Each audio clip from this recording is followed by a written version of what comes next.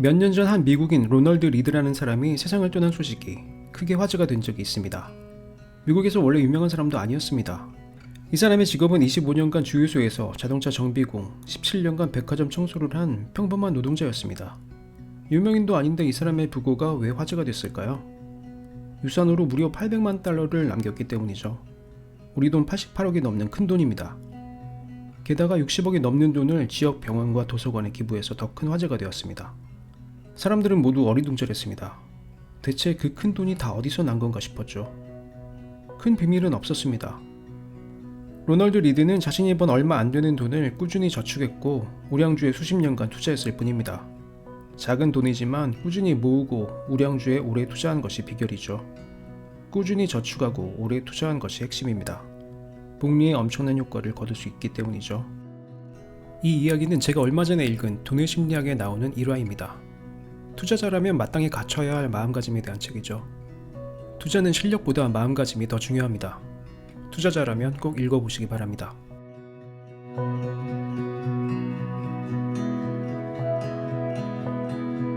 로널드 리드의 투자 성공 비결 중 하나는 과도한 리스크를 지지 않았다는 점입니다. 자신이 모르는 분야나 회사에 투자하지 않고 많이 들어서 알고 있는 우량한 회사에만 투자했죠. 자신이 즐겨 먹던 잼을 만드는 회사 스모커, 약 만드는 회사 존슨앤존슨, 일상용품을 만드는 P&G 같은 누구나 아는 우량하고 배당금을 잘 주는 회사들입니다. 리스크가 낮은 투자였기 때문에 오래 투자하면서 복리 수익이 안정적으로 불어날 수 있었죠. 현명한 투자자로 유명한 투자의 구루 벤저민 그레이엄 들어보셨죠? 그레이엄의 수익 중 가장 큰 부분은 보험회사 가이코 덕입니다. 그런데 사실 가이코 투자는 그레이엄의 안전 마진을 중시하는 투자 원칙에 어울리지 않는 과감한 투자였습니다. 리스크가 큰 투자였다는 말이죠. 그레이엄은 그 스스로도 이 투자에 대해 이렇게 말했습니다. 어쩌다 한번 운이 좋았을까? 아니면 대단히 기민한 의사결정이었을까? 우리가 과연 두 가지를 구분할 수 있을까? 이 투자는 결과적으로 성공적인 투자였지만 만약 실패했다면 무모한 투자로 평가받았겠죠. 여러분이 주식을 샀는데 1년 만에 반토막 났다고 해보죠.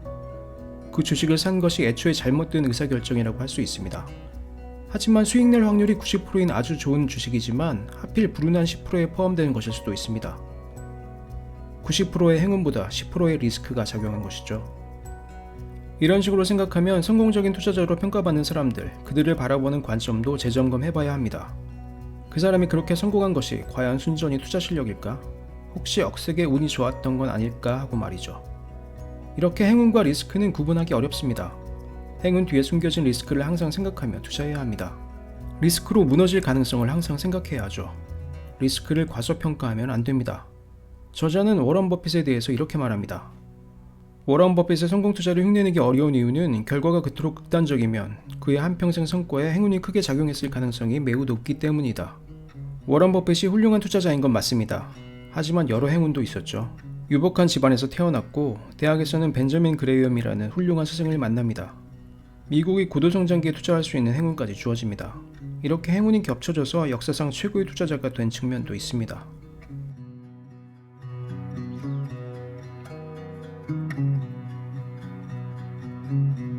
이미 크게 성공한 사람들이 무리한 사업에 뛰어들었다가 실패하고 뇌물사건이나 비리에 연루되는 사건이 심심찮게 일어납니다.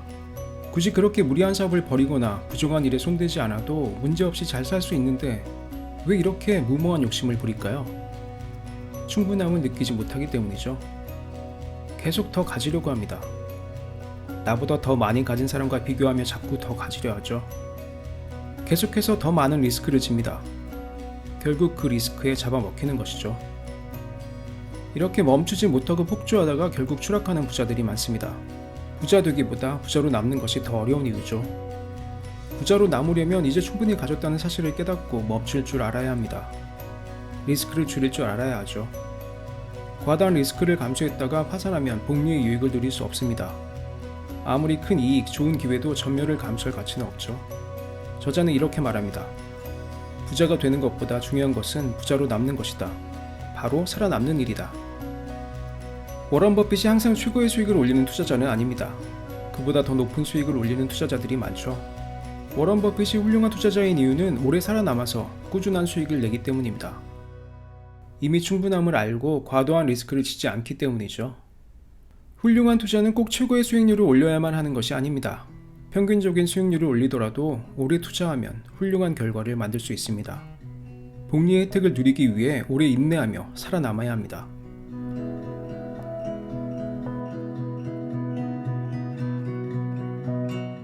성공해서 돈 좀 벌었다고 소비를 늘리면 안 됩니다. 소비가 아니라 겸손을 늘려야 합니다. 겸손하게 저축을 늘려야 하죠. 저자는 저축의 중요성을 이렇게 말합니다. 불안, 벌어들인 것을 쓰고 난 후 남은 것이 축적된 것에 불과하다. 소득이 높지 않아도 부를 쌓을 수 있지만 저축률이 높지 않고서는 부를 쌓을 가능성이 전혀 없다. 소비를 늘릴 것이 아니라 저축을 늘려서 투자금 자체를 늘려야 합니다.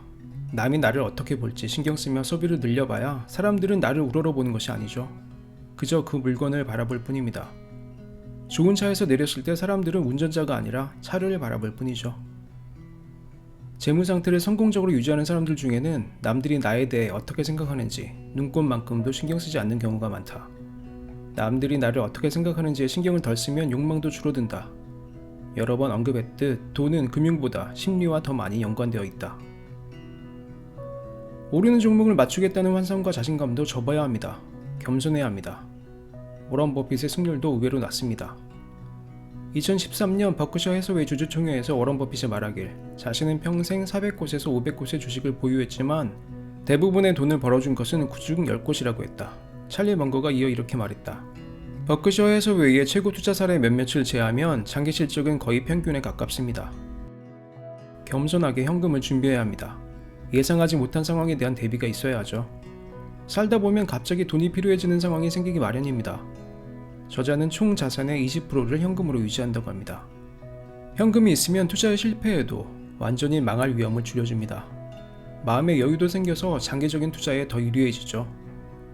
버핏은 이렇게 말합니다. 저는 언제나 충분한 정도 이상의 현금을 가지고 버크셔 해서웨이를 경영하겠다고 맹세해왔습니다. 설사 이윤을 더 낼 가능성이 있다 하더라도 저는 단 하루라도 밤잠을 설치는 선택은 하지 않을 것입니다. 시장의 변동성을 대할 때도 겸손해야 합니다. 시장이 큰 폭으로 출렁일 때, 특히 주가가 떨어질 때 이 변동성을 겸손히 받아들일 줄 알아야 합니다. 시장 변동성을 벌금이 아니라 수수료처럼 생각하자. 이렇게 사고하면 투자 결과가 나에게 이로운 방향으로 적용할 때까지 오랫동안 살아남는 사고방식을 키울 수 있다. 시장 수익률은 공짜가 아닙니다. 주가 하락은 당연한 수수료처럼 받아들일 줄 알아야 합니다. 이렇게 겸손하게 변동성을 받아들이면 더 오래 살아남아 수익 낼 가능성을 높일 수 있습니다. 최고의 투자자들은 미래를 낙관하는 동시에 겸손하면서도 비관적인 관점을 유지합니다. 저자는 이렇게 말합니다. 낙관 없이 투자를 할 수는 없다. 그러나 동시에 무엇이 그 미래를 방해할 것인가 끊임없이 걱정하는 양면적 성격이 필요하다.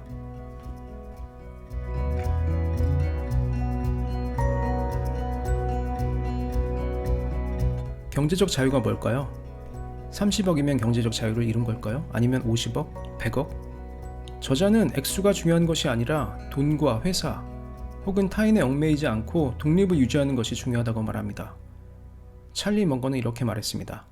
나는 부자가 되려고 했던 것은 아니다. 나는 그저 독립성을 갖고 싶었다.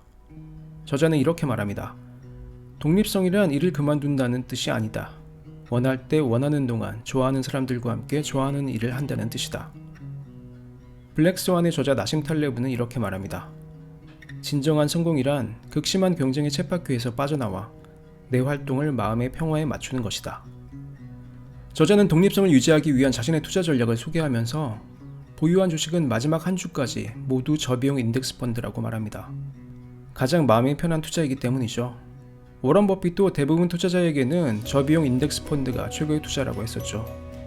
저 역시 2015년부터 2020년까지 5년간 뱅가드의 IT 인덱스인 VGT라는 ETF에 투자해서 150% 넘는 수익을 올린 적이 있습니다.